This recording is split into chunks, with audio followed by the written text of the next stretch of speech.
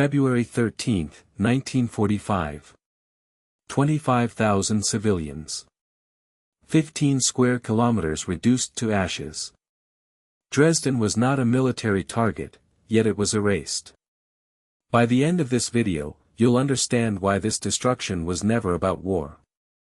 By early 1945, Nazi Germany was collapsing on all fronts. The Red Army advanced from the east while Allied forces pushed from the west. In this chaos, millions of refugees fled westward, many seeking shelter in Dresden, a city they believed would be spared due to its cultural significance and lack of military targets. What happened over those 3 days in February would become one of the most controversial Allied actions of World War II, raising questions that remain unanswered to this day.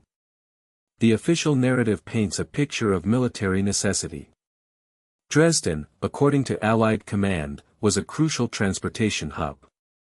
The city's railway yards were allegedly funneling troops and supplies to the Eastern Front. Bomber Command Chief Arthur Harris argued that destroying Dresden would significantly hamper German defenses.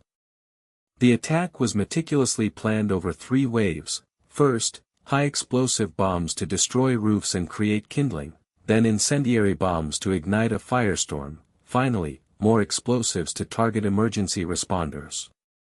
The timing was precise. The first bombs fell at 10:13 p.m. on February 13, with subsequent waves following through the night and into February 14 and 15.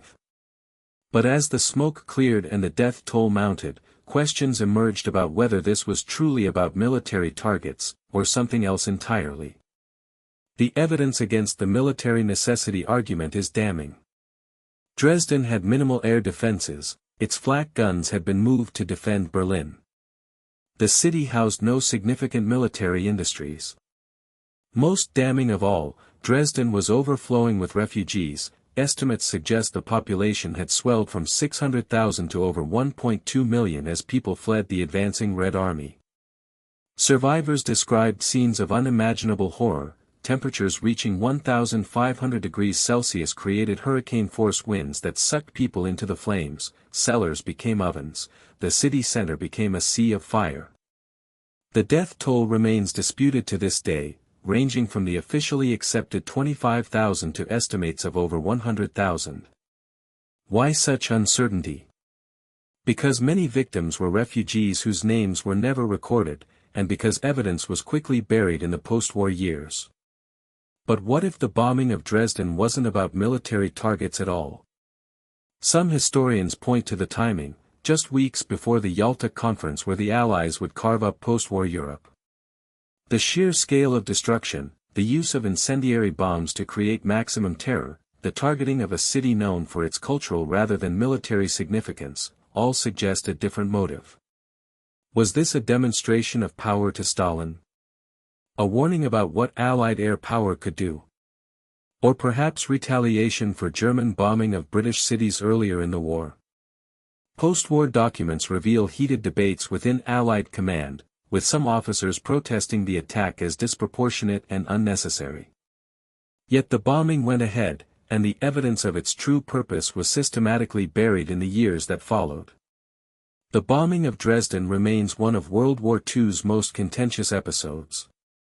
What began as a military operation ended as a humanitarian catastrophe, raising uncomfortable questions about the nature of total war. Was Dresden a legitimate military target or a war crime? The debate continues to divide historians and the public alike. But perhaps the most disturbing question of all is this: if the official story doesn't hold up to scrutiny, what were the real reasons behind the destruction of a city that held no military significance?